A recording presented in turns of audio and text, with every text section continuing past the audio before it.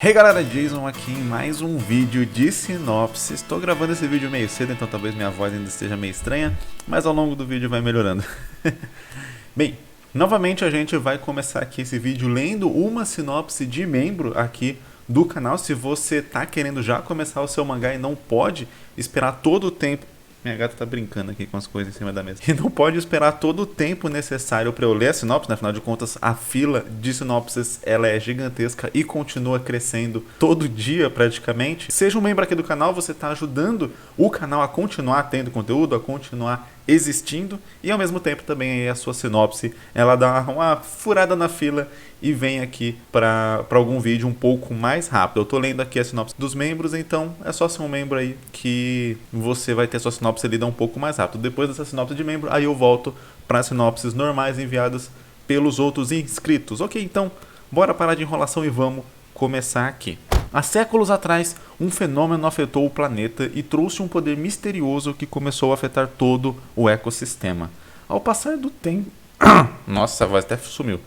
Ao passar do tempo, enquanto alguns viam tal evento como uma bênção por permitir o uso de magia e estender a expectativa de vida, outros consideravam isso uma maldição por criar bestas mortais e reduzir a expectativa de vida de quem não domina essa nova energia. Sarah é apenas uma criança, mas terá de aprender a sobreviver neste mundo rodeado de perigos quando um portal traz uma poderosa criatura ao festival de sua vila. Então entendi, então aconteceu uma parada que deu magia para umas pessoas, estendeu a vida dessas pessoas, né? O tempo de vida, porém quem não domina a magia tem a expectativa de vida reduzida e em compensação a gente tem uns monstros aí, umas criaturas cabulosas no mundo. Eu não entendi exatamente se você consegue aprender a usar a magia, se é uma escolha, digamos assim, da pessoa ou se foi aleatório. Então, tipo assim, as pessoas que não dominam magia não são porque elas não quiseram aprender a dominar magia e aí elas têm a vida reduzida. Elas simplesmente não nasceram com esse dom, não nasceram com essa capacidade por conta desse evento. Esse evento deu poder para umas pessoas e outras pessoas ficaram de fora disso. E aí, obviamente, essas pessoas vão considerar isso uma maldição, porque agora elas têm monstros e tal que podem matar elas mais facilmente e elas também tiveram a expectativa reduzida em relação aos agraciados com o dom da magia. Eu acho essa parte interessante porque fica aquela aleatoriedade que deixa as coisas meio injustas, né? Apesar de que o lance de você escolher aprender magia e ter a vida aumentada poderia gerar alguma discussão interessante, ou talvez até inverter um pouco os papéis. Então, quem resolve aprender magia tem expectativa de vida reduzida em decorrência do uso de magia, e quem não escolhe tem a expectativa de vida aumentada. Então, isso deixa meio que uma escolha moral por parte da pessoa, do tipo, beleza, eu posso me sair melhor nesse mundo, viver melhor, entre aspas, né? Podendo usar a magia para realizar certas coisas e tal, porém eu vou viver menos, ou eu posso viver de uma maneira mais difícil, né? Que é sem ter poderes, sem magia, etc. E aí eu vou viver mais em consequência. Fica um negócio de uma escolha moral bem interessante, dos motivos que levam cada pessoa a escolher um ou outro, né? Pensa assim, tipo, daria até para fazer uma enquete aqui no YouTube. E aí, você escolheria usar magia e ter a expectativa de vida reduzida, ou não usar e ter a expectativa aumentada? Fica uma parada meio Death Note ali, né? O lance dos olhos do Shinigami. Então, o Kira ele poderia ter os olhos do Shinigami em troca de metade da expectativa de vida dele. Aliás, metade do tempo de vida, né? Porque daí ele já tem realmente no Death Note a morte das pessoas é algo que já está anotado, né? Já tem um tempo certo para a pessoa morrer. Então, em troca da metade do tempo de vida dele, ele poderia ver os nomes e as datas das pessoas e tal, e conseguir dar cabo do arqui-inimigo dele, né? O L. Porém, ele acha que isso não é uma troca que vale a pena, que ele pode conseguir o nome do L através de outras formas que não dependem de sacrificar metade da vida dele. Então você coloca realmente uma parada de escolha bem interessante ali para os personagens. Agora falando um pouco sobre a Sarah, eu não tenho muitas informações sobre ela, né? Só que ela, beleza, ela tem que sobreviver nesse mundo, ok? Normal. E aí vem uma poderosa criatura através do Festival da Vila. Eu suponho que essa criatura vai provavelmente matar ali boa parte da vila, talvez depois vai perseguir a Sarah, coisa do tipo. O lance aqui principal quem é essa criatura e qual o objetivo dessa criatura, já que se todo o desencadear da história da Sarah tem a ver com essa criatura, né, se ela vivia supostamente uma vida de boa, até que isso acontece, no festival aparece a criatura. e aí acaba com aquela vida de boa que a Sarah vivia. Então é de se imaginar que um dos grandes arqui-inimigos, né, falando essa palavra de novo, da Sarah, vai ser essa criatura. Então a gente precisa saber um pouco mais sobre ela ou algo do tipo. Se é que essa criatura é uma criatura, vamos dizer assim, acho que é senciente a palavra, que é pensante, uma criatura com capacidade de raciocínio, fala, etc. Ou se é só um monstro que foi invocado ali, e aí o objetivo da Sarah talvez vai ser buscar quem invocou esse monstro, por quê, etc. Todo aquele negócio de entender o que aconteceu. E aí eu acho que pode ser interessante no sentido de que se a magia é uma escolha do usuário e não você nasce com ela, não é um dom concedido, mas sim uma escolha, talvez seja interessante o ponto da Sarah passar pelo caminho de ter que escolher a magia, vamos supor. Então, ao longo da história, isso nessa versão que eu inventei, onde você pode escolher magia trocando a sua expectativa de vida, o seu tempo de expectativa de vida pela capacidade de usar magia. Então, a Sarah vai ter, né, a vida dela ali completamente mudada e mexida por conta dessa aparição, dessa criatura, etc. E aí ela vai sendo guiada, digamos assim, na história, buscando por o que aconteceu, talvez se a criatura for uma criatura senciente, buscando quem é essa criatura e qual que é o objetivo dela, se a criatura foi só uma criatura invocada, buscando quem foi o autor disso. E aí, nisso, a Sarah pode conhecer pessoas que usam a magia, pessoas que não usam a magia, que a consideram esse evento como uma maldição, como está dito aqui na sinopse, e aí ela vai entraminhando esse mundo e ela mesmo desenvolvendo a própria percepção dela em relação ao uso de magia, se ela vai ou não fazer isso. E esse é meio que uma parte do objetivo da história, de desenvolvimento da Sarah em relação a como ela vai se comportar nesse mundo. E aí, eu vou usar a magia para meio que ter mais capacidade de lutar, ter mais capacidade de me defender, ter mais capacidade de defender as pessoas que eu amo, porém sabendo que eu vou fazer um sacrifício muito grande por isso, ou não, eu vou tentar me virar de outras formas para não fazer esse sacrifício. E aí a gente vai descobrindo todas essas questões junto com a Sarah até chegar no final da história. Provavelmente seria ela confrontando ou o autor dessa invocação ou a própria criatura em si. E aí talvez não seria um lance de salvar o mundo, de salvar o universo, mas simplesmente de uma história mais focada no autodescobrimento da Sarah, com essa desculpa de vingança, né? Só como pano de fundo ali e tal, só para ter uma jornada do ponto A até o ponto B. Mas o foco real da história seria a gente descobrindo os meandros desse mundo e dessas escolhas que as pessoas têm que fazer. E o que leva cada pessoa a fazer cada tipo de escolha. Eu acho que daí fazer uma história muito interessante em cima desse modelo.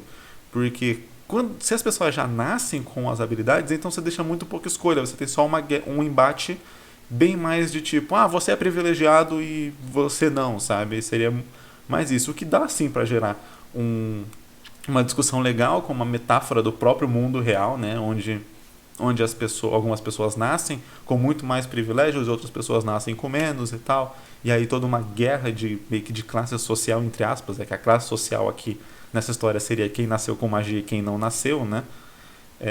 E aí eu acho que o lance da Sarah seria muito mais estar em um desses pontos e aí observar os argumentos desses pontos, mas eu sinto que a gente teria um desenvolvimento muito, muito mais pessoal da Sarah dentro daquele outro modelo que eu acabei, né, inventando aqui, extrapolando um pouco do que está na sinopse. Mas de qualquer modo eu espero que tenha ajudado aí. Ok, essa foi a sinopse de membro. Vamos agora para as outras sinopses dos inscritos aqui do canal. Não que o membro não seja um inscrito do canal, mas você entendeu. Em um mundo fantasioso com magia e monstros, aí entre parênteses, né? O mundo onde se passam praticamente todos os isekais, acompanhamos a jornada de Luca, um jovem de 16 anos que mora em uma comunidade composta por familiares e amigos próximos de infância, onde todos se ajudam para tentar sobreviver. Eles não possuem nada de especial, atuando como coadjuvantes na jornada do herói de uma antiga profecia, cujo destino é derrotar o Rei Demônio. Sua comunidade tenta sobreviver nesse mundo, ok, isso já tinha sido dito, realizando trabalhos e golpes, até se meterem em situações arriscadas enquanto sofrem de perto as consequências da jornada do herói e suas conquistas no decorrer de sua tão conhecida missão. O autor comenta aqui numa nota que a proposta é inverter os papéis, colocando o herói e seu grupo clássico de RPG como um segundo plano, enquanto foca no mundo ao seu redor, demonstrando como os NPCs reagem aos acontecimentos provocados por sua jornada. Legal, então a ideia seria a gente acompanhar ali um pouco os NPCs da história, cara. Achei bem legal isso, Ele falou que ainda não tem um título definido para a história. Eu acho que o título poderia ser algo que induz ao clichê exatamente para mostrar o contrário. Eu consigo imaginar exatamente como a gente poderia começar essa história. Então, por exemplo, ele fala que seria a clássica jornada do herói e a gente iria acompanhar as outras pessoas que estão sofrendo com essa jornada do herói, né? Então você tem o grande herói, o cara da profecia, etc, mas ele não é o Luke, ele não é o protagonista. Então a gente vai acompanhar as pessoas que estão ali ao redor disso. Isso é muito, muito legal, é uma ideia bem interessante. Se o título clássico é A Jornada do Herói, talvez poderia ser A Jornada do Coadjuvante, ou Os Coadjuvantes, alguma coisa assim. É que eu não sei se todas as pessoas sabem de cor o que é um coadjuvante. Talvez. Ou realmente alguma coisa de NPC aí, talvez realmente, como vai ser uma pegada meio RPG, e a gente vai acompanhar os NPCs, talvez quem gosta de jogo vai se interessar pela história. E talvez um lance meio NPC funcionaria, né? A gente tem aquele filme Free Guy, né, que conta a história basicamente de um NPC desses jogos estilo GTA e tal. Eu não cheguei a assistir o filme ainda, mas é um filme que eu tenho bastante interesse em assistir porque parece muito interessante essa pegada. E essa história aqui tem um negócio meio parecido. Eu acho que daria até para começar ela mostrando realmente, contando a profecia e tal, todo aquele lance, aquele começo bem clichê de conta a profecia e mostra o nascimento do herói, aí vai mostrando um pouco, contando um pouco da vida do herói. Claro que isso tem que ser relativamente rápido, né, para o leitor ele conseguir mergulhar ali, tem que, né, contar o suficiente para o leitor mergulhar naquela história, só que rápido o suficiente para ele não achar que é mais um clichê e largar a história antes dela dar essa reviravolta, né, essa inversão de papéis, como o autor disse aqui. Então você vai, mostra o nascimento, mostra o treinamento ali, e aí quando mostra que ele é o herói, sei lá, mostra ele indo para uma aventura, e aí quando ele vai para essa aventura, sei lá, ele passa por uma pessoa, e aí a gente começa a acompanhar essa pessoa. Eu consigo imaginar isso acontecendo assim, literalmente nas páginas, de você ir acompanhando o herói e a sua comitiva, por exemplo, aí passando por um lugar e naquele lugar que ela passa tem alguém comprando uma fruta, por exemplo, ou roubando uma fruta, e aí a gente começa a acompanhar esse ladrão de fruta, já que fala aqui que eles realizam alguns trabalhos e golpes e coisa do tipo, então talvez, né, eles sejam meio pobres, tenham às vezes que roubar para sobreviver, fazer esses golpes, fazer alguns trabalhos meio sujos e tal. E aí a gente acompanha esse ladrão correndo e tal, e aí esquece o protagonista, porque geralmente é o que já iria dar uma quebra de expectativa, porque o leitor, ao acompanhar o protagonista e de repente mostrar um ladrãozinho, o que se supõe é que a gente ia mostrar esse ladrão correndo e aí de repente o protagonista de novo, né, que seria o herói da história, iria aparecer ali, pegar o ladrão, etc, se desenrolar uma trama a partir disso. Mas daí, a partir do momento que a gente não mostra mais o herói e foca 100% ali no ladrão e nas coisas e tal, no que está acontecendo, e aí vai tendo essa quebrada de expectativa, tipo, peraí, mas quando que o herói vai aparecer de novo? Cadê ele? Cadê o cara da profecia e tal? E aí a gente ia acompanhando e de repente o cara da profecia ser só citado em alguns momentos, os acontecimentos que repercutem a partir do que ele faz, então mostrando, ele matou um monstro ali, e aí tipo tem uma casa destruída e a casa de algum parente de alguém e tal. Cara, eu acho que dá pra contar uma história muito legal. Eu acho que a dificuldade dessa história, para eu não sair viajando nos acontecimentos aqui, porque eu realmente gostei da ideia, inclusive só pra dar um pause aqui sobre essa ideia também, no jogo Oblivion. Todo mundo conhece Skyrim, porque o Skyrim ficou mega famosão, que muitas pessoas não sabem que ele é o quinto jogo de uma saga. Então ele é o Elder Scrolls 5 Skyrim. Cada Elder Scrolls, cada The Elder Scrolls tem um subtítulo, né? Então você começa lá no 1, eu nem lembro qual que é o 1. Um é Arena? Eu acho que o 1 é Arena, o segundo é Daggerfall, o terceiro é Morrowind e o quarto é Oblivion. Eu comecei a jogar a partir do Oblivion. Tentei jogar Morrowind, mas infelizmente não consegui. Então eu conheci Elder Scrolls com Oblivion. Oblivion é o quarto jogo da série, é o que vem antes de Skyrim. E nele você joga exatamente com uma espécie de coadjuvante do cara da profecia. Então tem uma profecia rolando e você vai ajudar a achar esse cara da profecia e guiar ele até o final do jogo. Então, dando um mega spoiler, se você vai jogar um dia Oblivion, quer jogar e tal, é um jogo muito legal. Apesar de ter suas limitações gráficas e técnicas por conta da época onde ele foi lançado. Pô, Skyrim é de 2011, né? Já faz 10 anos que foi lançado. Oblivion, então. Mas, de qualquer modo, é um jogo que ainda vale muito a pena. Mas se você vai jogar, pula aqui 1 minuto, 1 minuto pra frente que eu já vou ter parado de falar. Mas no jogo, então, como você é um coadjuvante, quem enfrenta o vilão final é o protagonista, é o cara da história, é o cara da profecia. Não é você que luta contra o vilãozão final. Então é muito legal você realmente você vai acompanhando o verdadeiro cara da profecia e guiando ele, fazendo as missões ali de lado, mas você no final das contas é o coadjuvante da história e não o personagem principal. Diferente de Skyrim, por exemplo. Eu achei até que o Skyrim ia ir por essa pegada, já que tem, né, todo o lance do Dragonborn, do Dovahkiin. E eu imaginava, se o Dovahkiin ele tem obrigatoriamente que ser um Nord, ele é o cara da profecia, etc. Eu imaginei que, de novo, a gente ia seguir a história de um prisioneiro, porque todo Elder Scrolls você começa sendo prisioneiro. Isso é algo clássico da história. E você iria buscar o Dovahkiin e iria acompanhar a jornada do Dovahkiin novamente. Mas não, aí no Skyrim eles realmente mudaram para você realmente ser o protagonista, ser o foco ali do negócio. O que fica até um certo furo de roteiro quando você pode escolher a raça que você vai jogar. E o Dovahkiin tecnicamente teria de ser Nord dentro da lore ali do mundo de Elder Scrolls. Então não faz sentido um Khajiit ou um... Como que é o nome dos caras réptil? Eu esqueci agora.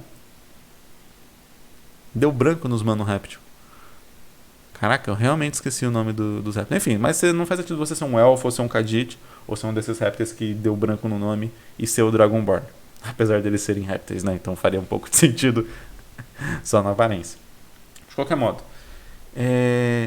indo, né, mas avançando, o que eu acho que vai ser a dificuldade dessa história aqui é chegar em um final. Porque se o herói está na jornada dele e a gente vai acompanhando as consequências dessa jornada para as pessoas normais, né, para os cidadãos, não sei, para as pessoas normais do mundo, né, os NPCs do jogo, qual seria o grande final dessa história? Seria o cara cumprindo a profecia, realizando um negócio e aí a grande consequência final deles terem que lidar com isso, com um grande evento? O problema de fazer isso, beleza, eu consigo imaginar isso, sei lá, o cara vai enfrentar o dragão. A aventura clássica de RPG, no final tem um dragão. E aí o dragão sai queimando a vila, aquela cena do Smaug lá no Hobbit e tal. Sai queimando a vila toda e aí a gente vai acompanhando não o herói lutando com o dragão, ele pode estar lutando de fundo, né, assim, no fundo da cena mesmo, mostrar ele lutando com o dragão, mas a gente acompanhando os heróis aqui tendo que salvar as pessoas, tendo que lidar com toda essa confusão. Legal, eu consigo imaginar isso e fica bacana. O problema é que a gente não tem uma construção direta para isso que está acontecendo nesse sentido. Porque que acontece? Quando a gente está acompanhando uma jornada, um evento vai desencadeando outro evento, e aí esses eventos desencadeados em sequência, né, cada um com uma sequência lógica causado pelo evento anterior, então realmente no lance de causa e efeito, você vai chegando no final. Se a gente está acompanhando só as consequências, a gente não tem essa relação de causa e efeito, e aí pode dar a impressão que a história não está indo para lugar nenhum. Eu acho que isso aqui funcionaria muito mais como um one shot do que como uma história seriada, ou se for uma história seriada, algo tipo meio episódico, digamos assim, onde cada capítulo ele é focado numa historinha fechada, num acontecimento fechado da jornada desse grande herói, até culminar no último capítulo, que seria isso. Porque daí a gente não teria realmente esse lance de decorrer de causa e efeito e tal dos acontecimentos numa sequência para mostrar que, tipo, pera aí, agora a gente tá perto do final. Já que a gente não tá acompanhando o cara que tá gerando essa história de verdade, a gente tá acompanhando só as consequências das ações dele. Eu acho que dá para funcionar dessas duas formas, então. Como um one shot, porque a gente teria ali só o início, aí uma parte do meio da aventura e logo o final. Logo descambaria já pro final, pro dragão, sei lá, etc. E aí, beleza, a gente teria uma história mais curta e aí não daria tempo de ficar nesse lance de a história não sabe pra onde tá indo. Tipo, onde que isso vai dar? Parece que a história não tá avançando. Então acho que no one shot a gente, por ter menos páginas, por não ter esse lance de capítulo e tal, a gente conseguiria fazer isso. Ou no outro modelo, onde a gente faria, sei lá, uma minissérie, 5 capítulos. Então, o primeiro capítulo, a gente conhece o herói e tem a reviravolta, né, de mostrar ali as pessoas normais. Aí no segundo, terceiro e quarto a gente tem aventuras fechadas dessas pessoas tendo que lidar com algumas consequências clássicas da jornada do herói. E no quinto e último capítulo, ou junto o quarto com o quinto, sei lá, a gente tem realmente a versão final ali e tal, deles tendo que lidar com um problema maior da jornada do cara e etc.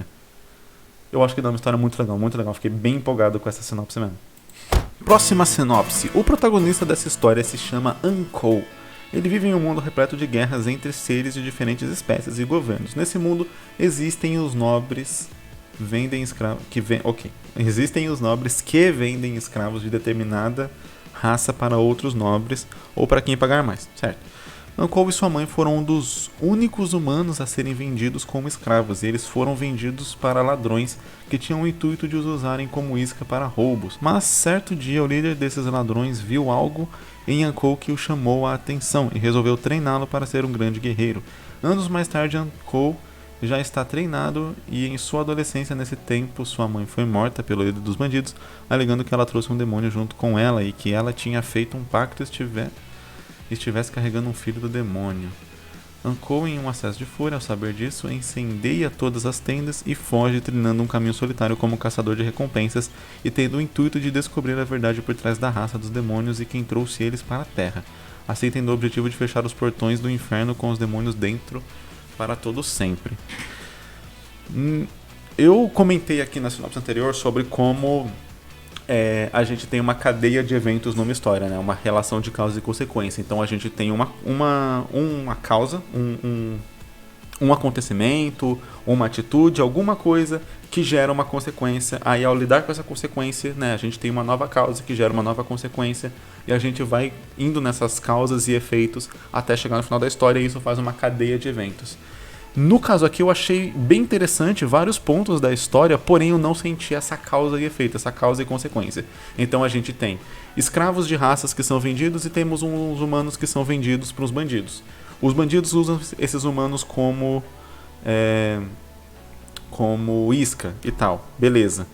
Isso me parece uma história, tá ali fechada, eu conseguiria imaginar que ela descambaria para uma relação de por que os humanos são diferentes, por que eles são protagonistas, a outra raça pode ser vendida, os humanos não, essas outras raças são pessoas pensantes, também sentem dor, também têm sentimentos, etc. Então poderia descambar para um negócio disso, mas não, a gente vai pro Ankou, ele é visto como especial e aí ele é treinado para fazer parte dos bandidos, mas o bandido mata a mãe dele e tal, por qualquer motivo inventa uma desculpa, e aí o Ankou fica puto e mata os bandidos ali.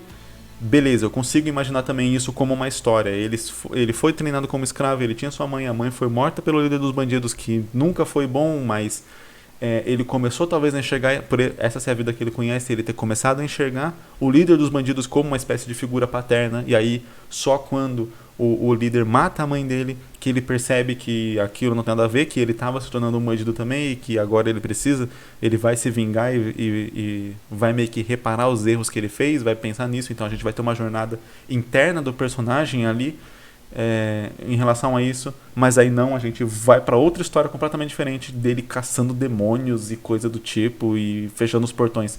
Quer dizer, a jornada do personagem em nenhum momento do que foi apresentado na sinopse me demonstra que ele tem qualquer relação com o demônio ou com um portal ou com qualquer coisa do tipo, qualquer relação na história dele pessoal com relação a isso, a não ser o bandido ter falado que matou a mãe dele porque ela estava grávida de um demônio e tinha feito um pacto, sabe?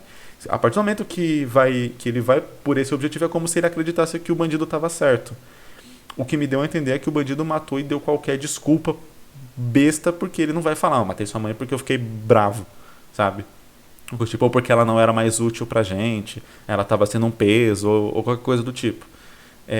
Por exemplo, se a mãe dele, por estar velha, tivesse sendo um peso e ele tivesse abandonado ela, largado ela pra trás, aí faria mais sentido o Ankou partir numa busca rumo à mãe dele, busca pra achar a mãe dele, sei lá. Em algum determinado negócio, o Ankou vai fazer um trabalho lá pros bandidos, porque agora ele virou um bandido efetivamente, apesar da mãe dele não gostar. E aí, até porque ela conhece, né? Ela tinha uma vida antes, ela foi vendida como escrava e tal, o Ankou não sabe, ele cresceu nesse ambiente. Então, ele vai fazer um trabalho, quando ele volta, a mãe dele não tá lá, o líder inventa qualquer desculpa, qualquer bosta assim, o Ankou acaba acreditando a princípio, porque ele realmente enxerga o líder como uma figura paterna, e aí depois ele descobre a verdade, que a mãe dele foi abandonada, foi largada lá, ou coisa do tipo, e aí o Ankou decide ir atrás, o bandido chefe lá impede ele, eles tretam, ele mata o bandido, chefe e foge atrás da mãe dele. Os outros bandidos podem, ou alguns seguirem o Ankou para considerar ele como mais forte, como um novo líder ou coisa do tipo, e outros podem querer a vingança, querer assumir o negócio dos bandidos, enfim, ter todo um lance ali interno. De qualquer modo, nenhuma dessas histórias gera o Ankou a procurar os portões para fechar o portão do inferno, sabe? Me parece uma coisa que não tem a ver diretamente com a história que foi apresentada do Ankou. Então me parecem duas histórias diferentes. Beleza, a gente pode contar uma... Eu acho que aqui até que daí estende muito a história e, como eu disse, não tem uma causa. Teria que colocar uma causa antes para o Ankou ter essa relação com os portões do inferno ou coisa do tipo. Então talvez ao invés de eles serem comercializados por nobres, porque aí a gente tem também toda a história de nobres, que não parece fazer depois qualquer relação no mundo, só a existência. Ah, nobres existem, eles vendem escravos porque sim, ok, esquece isso que eu falei, agora a gente tem outras raças sendo comercializadas e tal, e aqui são os humanos, pera, esquece essas outras raças também, agora a gente tem bandidos crescendo aqui e tal, e aí eles treinaram o moleque pra ser um guerreiro, pera, esquece esses bandidos porque agora a gente tem portões do inferno, sabe? Parece que, tipo, apresenta uma coisa e aí você deleta essa coisa pra poder apresentar uma nova coisa, e aí deleta essa coisa pra apresentar uma nova coisa, e não, as coisas não vão caminhando de modo que faça sentido esses novos objetivos, esses novos focos da história. Eu acho que aqui, dessa sinopse, a gente consegue tirar uns 3 mangás muito legais, one-shots muito legais, só dessa história. Então, um one-shot focado realmente no lance do comércio de escravos e talvez não focado nos humanos que foram escravizados, mas sim na outra raça. Talvez exatamente a gente ter essa dualidade, tipo, pera, mas esses humanos estão sendo escravizados e tal, e daí talvez os próprios humanos que estão sendo vendidos como escravos, eles se enxergam de uma maneira superior às outras raças vendidas como escravas, e aí ele vai aprendendo que não, que eles são iguais, que eles são a mesma coisa, que na verdade não é porque eles são de uma raça diferente que eles podem ser escravizados e os humanos não. Isso dá uma história muito legal. E aí talvez uma história de fuga, ou uma história de vingança com os nobres ou coisa do tipo, e de descobrimento mesmo e tal, falando sobre preconceito, sobre racismo e esse tipo de coisa, abordando essa relação, né? Eu falei aqui sobre The Elder Scrolls. O Elder Scrolls tem muito essa relação.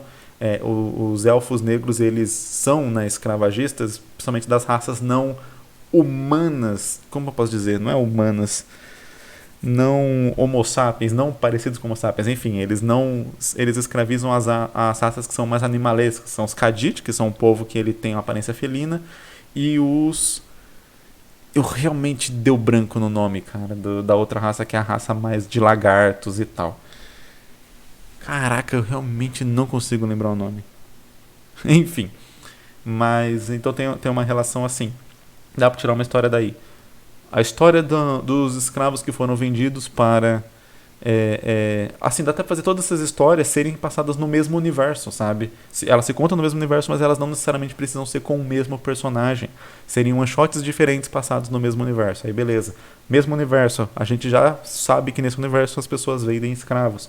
E aí tem 2 escravos que são vendidos para um grupo de bandidos. O grupo de bandidos usa eles como isca, e aí descobre que o moleque ele tem alguns talentos ali e tal, ele é bom para ser um bandido. O cara cria ele como se fosse um filho, porém ele é o líder dos bandidos, escravagista e tal, otário, só que o moleque acaba crescendo com uma relação de paternidade, porque ele só conheceu aquilo na vida, e aí é quando o bandido larga a mãe dele, abandona a mãe dele ou mata a mãe dele por qualquer motivo, né, e coloca qualquer desculpa, simplesmente por ele ser mal, pode abandonar porque ela era um peso e tal, um fardo, porque talvez ela dava um pouco de senso de moral pro moleque, e aí o bandido não quer que ele tenha essa influência positiva, que nos olhos do bandido é negativa, pro novo filho dele, pro novo adotadinho dele, e aí o moleque vai e se revolta, queima as tendas, luta com o bandido-chefe, e beleza, dá uma história muito legal, e depois vai em busca da mãe dele. Isso dá até...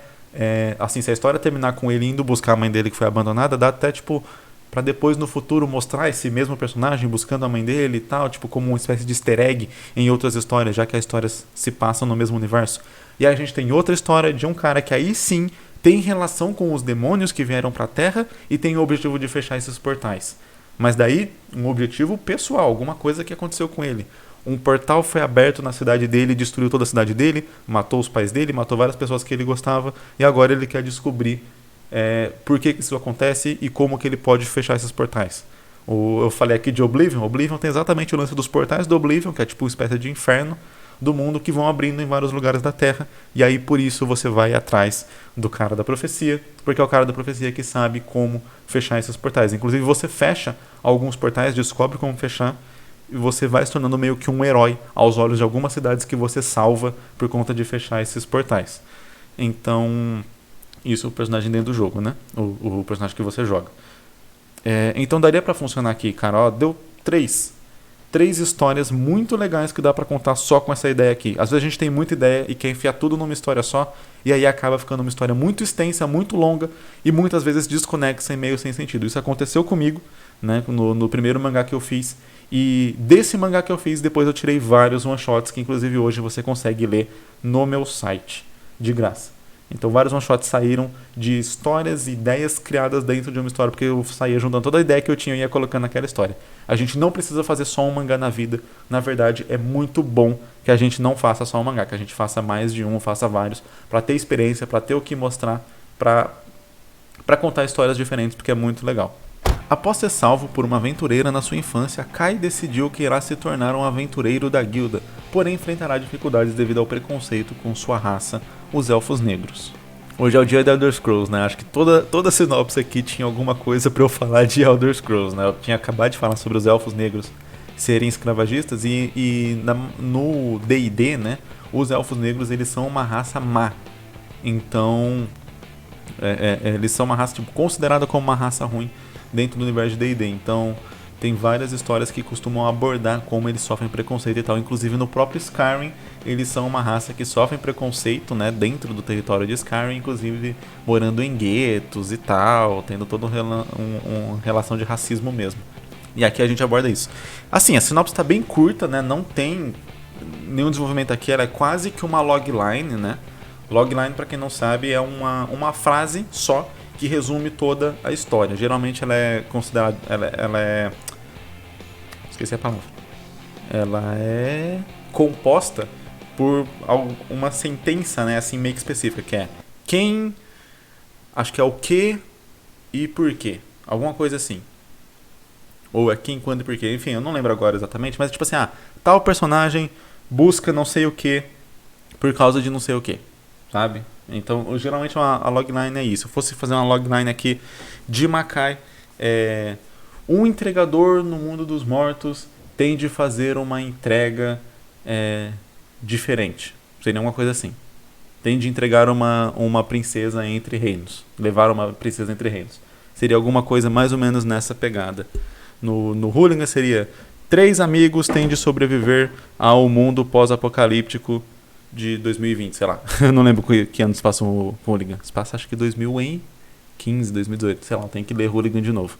De qualquer modo, a logline é tipo um texto curto igual tá aqui. Você conta um pouquinho ali. Mas aqui a gente tem algumas informações interessantes que dá sim pra gente trabalhar. O primeiro ponto é que ele foi salvo por uma aventureira. Isso é realmente... Eu falei sobre causa e efeito aqui o vídeo inteiro. Isso seria a causa que geraria o efeito do Kai querer se tornar um aventureiro. Porém, né, se ele é de uma raça que sofre preconceito, pode ser nesse universo de D&D por ser considerado uma raça ruim, pode ser por ser considerado uma raça menor, sei lá, você tem os outros elfos, e aí os outros elfos, eles consideram os elfos negros como uma raça inferior, etc, ou coisa do tipo. De repente, os próprios elfos normais, né, digamos assim, eles podem escravizar também os elfos negros, ou algo do tipo, e a gente trabalhar com esse contexto, já que a gente já está falando de racismo mesmo, né, então já fica ali, já bate mais na tecla ainda com mais força. E aí beleza, ele quer se tornar um aventureiro da guilda, especificamente, e aí ele vai sofrer preconceito por conta das pessoas da própria guild. Eu acho que eu abordei um tema um pouco parecido em Makai Meio's Warden, né, a continuação de Makai Meio, que está disponível aí na Amazon, pela editora Conrad. Você consegue ler aqui na descrição, o link está aqui na descrição, não lê na descrição, não, o link para ler está aqui na descrição.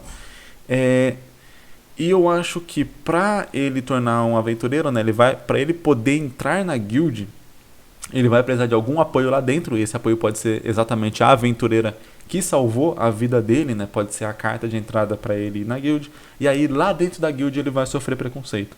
Ou o preconceito pode ser exatamente para ele entrar.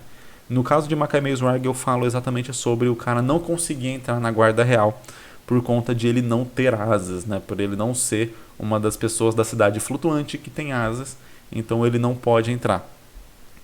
Então ele nem consegue. Essa é a parada. Aqui a gente pode trabalhar tanto com, igual eu trabalhei com o Kai, nem conseguindo entrar na guilda de aventureiros por conta desse preconceito da raça dele, ou ele conseguir entrar por intervenção da aventureira que salvou ele, que de repente pode já ter um cargo alto, etc. E aí ela ajudar ele a entrar e coisa do tipo. Até porque se ela salvou ele quando ele era criança, ele não vai entrar criança, né? Ele não vai entrar na guilda de aventureiros com 8 anos, ele vai entrar mais velho. Então ela pode ter ficado velha e aí subindo na hierarquia da guild, a ponto... Eu fico mexendo aqui na mesa e aí balança a câmera. Enfim, a ponto de que agora ela num cargo mais alto, ela pode sim aprovar a entrada dele e tentar ajudar ele lá.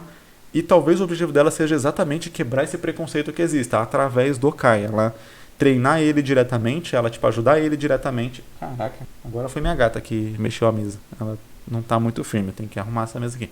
Ela ajudar ele diretamente para quebrar esse preconceito dentro da guild. A gente vai acompanhando o Kai tendo que enfrentar o preconceito dos outros membros, tendo que cumprir as missões dadas a ele e sempre tem... Biju, para de balançar a mesa.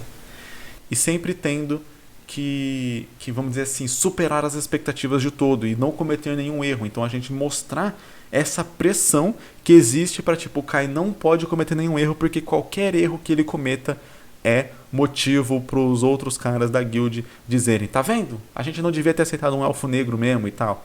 Esse tipo de coisa, sabe? É muito parecido com o que realmente os negros sofrem em relação a trabalho, etc, né? Ele tem, somente em lugares com maior preconceito, né?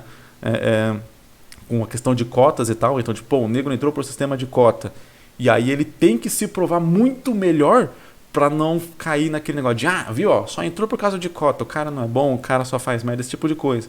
Então é exatamente o que ele sofre. Então a gente trazer isso aqui pra dentro da história, eu acho que é bem interessante. Acho que é bem interessante como dá pra abordar essa relação. E aí de vez em quando realmente, sei lá, ele cometeu um erro, bobo talvez, e aí ele ser tipo mega massacrado. Massacrado que eu digo assim, não é massacrado de alguém realmente ir lá e bater nele, mas eu digo, tipo, as punições que ele vai sofrer serem muito maiores do que as punições que outro aventureiro sofreria por fazer o mesmo erro, por cometer o mesmo erro, etc. Inclusive dá pra mostrar isso realmente ali na história com outro aventureiro da raça ali, das raças que compõem a guild e tal, das raças mais bem consideradas, digamos assim, cometendo erros maiores e não tendo a punição tão grande quanto o Kai quando ele comete um erro mais bobo ou algo do tipo. E aí a gente ia acompanhando essa jornada dele até quebrar isso. Eu novamente, a dificuldade dessa história aqui é como que a gente chegaria no final. Talvez em alguma situação onde o Kai ele vai salvar esses outros membros da guild,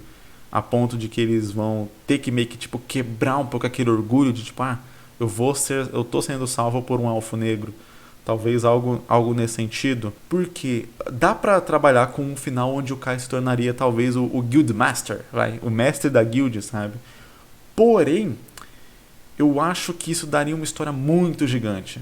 Muito gigante. Toda a quebra de preconceito até ele se tornar um mestre da guild. Ele pode eventualmente se tornar um mestre da guild, mas não, vamos dizer assim, nessa jornada certinha. A gente conta a história dele até o momento onde ele se prova, tipo assim, a provação final mesmo, tipo, ó, tá aqui, ele é um elfo negro, mas ele é um mega de um aventureiro, ele salvou todo mundo, ele ajudou todo mundo, ele é um herói, não tem como fechar os olhos pra isso. E aí beleza, a história termina com esse mega evento como clímax, e depois num desfecho mesmo e tal, numa parte finalzinha ali, a gente realmente conta que depois o Kai se tornou o mestre e tal, e de repente até mostrar ele, por exemplo, como mestre, como velho, ou só contando a história dele como se... Ó, já imaginei o final aqui.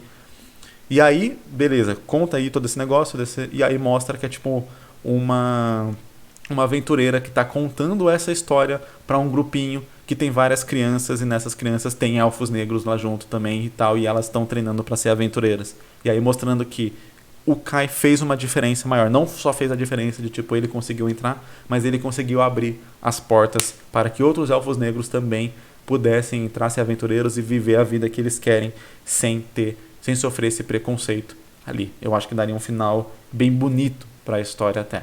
E essas foram as sinopses de hoje, espero que você tenha gostado, espero que independente da sua sinopse não ser uma das que eu li aqui, que essa discussão, toda essa discussão aqui sobre histórias tenha sido útil para você e tenha te ajudado na sua história. Se você ainda não teve a sua sinopse lida, não se preocupe, eu vou ler todas as sinopses, que a gente tem muita, pode demorar, mas eu sempre tento fazer aqui o melhor possível para não só dar uma dica diretamente para a história, mas muitas vezes falar de temas mais abrangentes para poder ajudar todo mundo. Até porque se eu fosse só falar especificamente sobre a história que eu tô lendo, sendo bem estrito senso, digamos assim, não faria muito sentido eu fazer um vídeo disso, faria mais sentido eu fazer meio que uma consultoria pessoal com cada autor. É claro que eu não consigo fazer isso, de dar uma atenção especial para cada pessoa, mas a gente tenta aqui ajudar o máximo de pessoas possíveis. Novamente, obrigado por ter assistido, por ter chegado até aqui. Deixa seu like aqui para me dar uma força no canal, para o YouTube recomendar esses vídeos aqui, principalmente para as pessoas que já são inscritas no canal. Eu estou numa etapa que eu nem estou buscando novos inscritos, eu só queria que as pessoas que se inscreveram no canal acompanhassem os vídeos, já seria maravilhoso. Mas nem para as pessoas que são inscritas o YouTube envia. Infelizmente, o algoritmo é complicado. De qualquer modo, vejo vocês aí em um próximo vídeo, lembrando que a jornada do Mangaka BR está aberta, então você pode se inscrever aqui e aprender a fazer um mangá. Desde o início tem aula de sinopse lá, desde o início da ideia até ter o seu mangá impresso e publicado, ele impresso na sua mão, com a mesma qualidade de uma editora grande aqui do país, ou publicado para outras pessoas poderem ler, para outras pessoas poderem comprar, etc. Tem toda a jornada aí para você fazer o seu mangá lá no meu curso, o link dele está aqui na descrição. Agora sim, eu me despeço, vejo vocês aí em um próximo vídeo. Valeu, falou, é nóis.